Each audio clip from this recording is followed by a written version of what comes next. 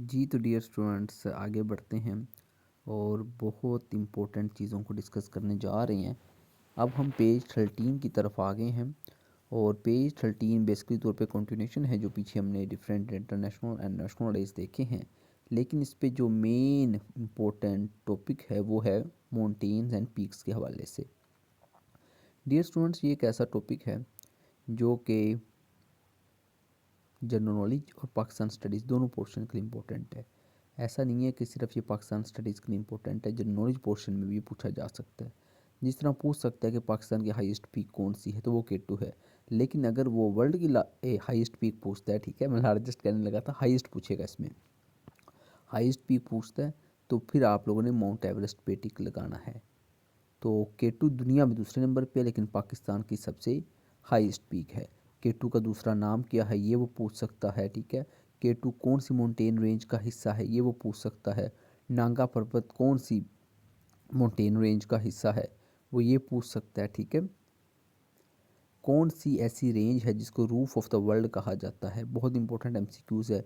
वो कौन सी रेंज है जो चाइना और पाकिस्तान को एक दूसरे से अलग करती है, बहुत इंपॉर्टेंट MCQs है। कौन सी माउंटेन रेंज है जो पाकिस्तान और अफ़गानिस्तान को एक दूसरे से अलग करती है।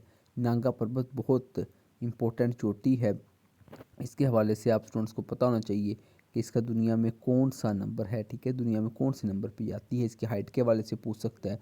टोटल कितनी पीक्स पाकिस्तान में हैं जो 8000 मीटर की हाइट से ज़्यादा हैं, ठीक है। उसके बाद डिफरेंट ग्लेशियर्स के वाले से हम पूछ सकते हैं। वैसे भी आप स्टूडेंट्स को पता होना चाहिए कि पाकिस्तान में कहाँ कहाँ ग्लेशियर पाए जाते हैं, ठीक है, कौन कौन से ग्लेशियर्स हैं, उनकी लेंथ्स के वाले से पता होना चाहिए। अच्छा, एक MCQ तो भी नोट कर लें जो कि आप लोगों ने सर्च आउट करना है, वर्ल्ड लार्जेस्ट ग्लेशियर और वर्ल्ड स्मॉलेस्ट ग्लेशियर। इवन कि जब जनरल नॉलेज का प्रीवियस लेक्चर हुआ था उसमें मैंने ये पॉइंट आप लोगों को बताया था कि लार्जेस्ट और स्मॉलेस्ट लास्ट में तौर पे करने हैं।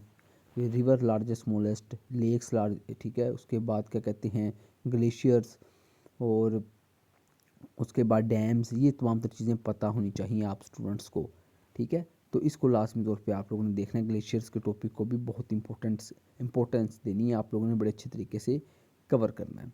नेक्स्ट पेज नंबर 14 की तरफ बढ़ते हैं। इसमें साल्ट रेंज के हवाले से MCQs है, बहुत इंपॉर्टेंट है, और हिमालय रेंज के हवाले से MCQs पूछे गए हैं, इनको लाजमी तौर पर देखना है। कौन सा ऐसा माउंटेन है जिसको किलर माउंटेन कहा जाता है, बार बार पेपर में MCQs पूछा गया, ये करना है। K2 की हाइट के वाले से MCQs है, आप लोग अच्छे तरीके से याद करें। K2 की हाइट कितनी है, 8611 मीटर, ठीक है। इसको आप लोगों ने बड़े अच्छे तरीके से याद करना है। उसके बाद डिफरेंट पीक्स के हवाले से MCQs दोबारा पूछे गए हैं मज़ीद, वो किस तरह के MCQs बना सकता है। डिफरेंट एवरेज हाइट्स पूछी गई हैं, ठीक है, डिफरेंट पीक्स की, डिफरेंट माउंटेन रेंजेस की। मतलब कि रेंजेस ये होता है जिसमें बहुत ज़्यादा माउंटेन्स होते हैं, ठीक है। इस तरह आप लोगों को समझाने के लिए बता रहा हूँ।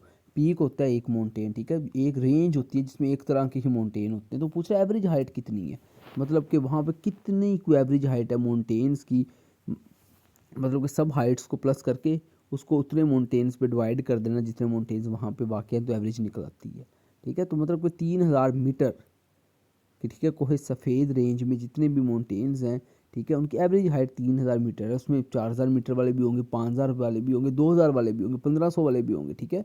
लेकिन एवरेज जो है ना, मतलब कि उस माउंटेन रेंज की जो ऊंचाई है वो एवरेज इतनी निकलती है। तो इससे हमें अंदाज़ा होता है कि कौन सी माउंटेन रेंज में ज़्यादा ऊंचे पहाड़ हैं, कौन सी माउंटेन रेंज में नीचे पहाड़ हैं। समझ में आ गई बात। तो ये लाजमी तौर पे आप लोगों ने करना है। तो K2 कौन सी माउंटेन रेंज का हिस्सा, ये पता होना चाहिए, ठीक है। डिफरेंट साल्ट रेंजेस के वाले से पता होने चाहिए, उनकी हाईएस्ट पीक के वाले से पता होना चाहिए। जिस तरह बहुत इंपॉर्टेंट MCQ पेपर के अंदर लग भी सकता है, which is the highest peak of salt range, बहुत इंपॉर्टेंट है। कोहे सलमान रेंज के वाले से पूछ सकता है, कैरकरम रेंज के वाले से पूछ सकता है। तो ये तमाम तर चीज़ें करने वाली हैं। नेक्स्ट पेज नंबर 15 पे भी माउंटेन रेंजेस के ही हैं, ठीक है बच्चे, और माउंटेन रेंजेस के हवाले से हैं। फिर इसमें बड़े इंपॉर्टेंट MCQs हैं कि फर्स्ट टाइम किसने नांगा पर्वत को क्लाइंब किया, ठीक है, किसने माउंट एवरेस्ट को क्लाइंब किया, ये भी आप स्टूडेंट्स को पता होना चाहिए। तो ये तमाम तर देखिए, सबसे पहले K2 किसने, first Pakistani to climb the K2, ठीक है, अशरफ अमान। तो ये तमाम तर चीज़ें करने वाली जो एग्जैक्ट पेपर के अंदर लग सकती हैं। तो ये डियर स्टूडेंट्स बहुत इंपॉर्टेंट चीज़ें हैं जो कि पेज 13, 14 और 15 तीनों में हैं। तो मेरे ख्याल से अभी तक 15 पेजेस तक आप लोग कर लें, ठीक है। बाकी इंशाल्लाह फिर हम देखते हैं बाद में।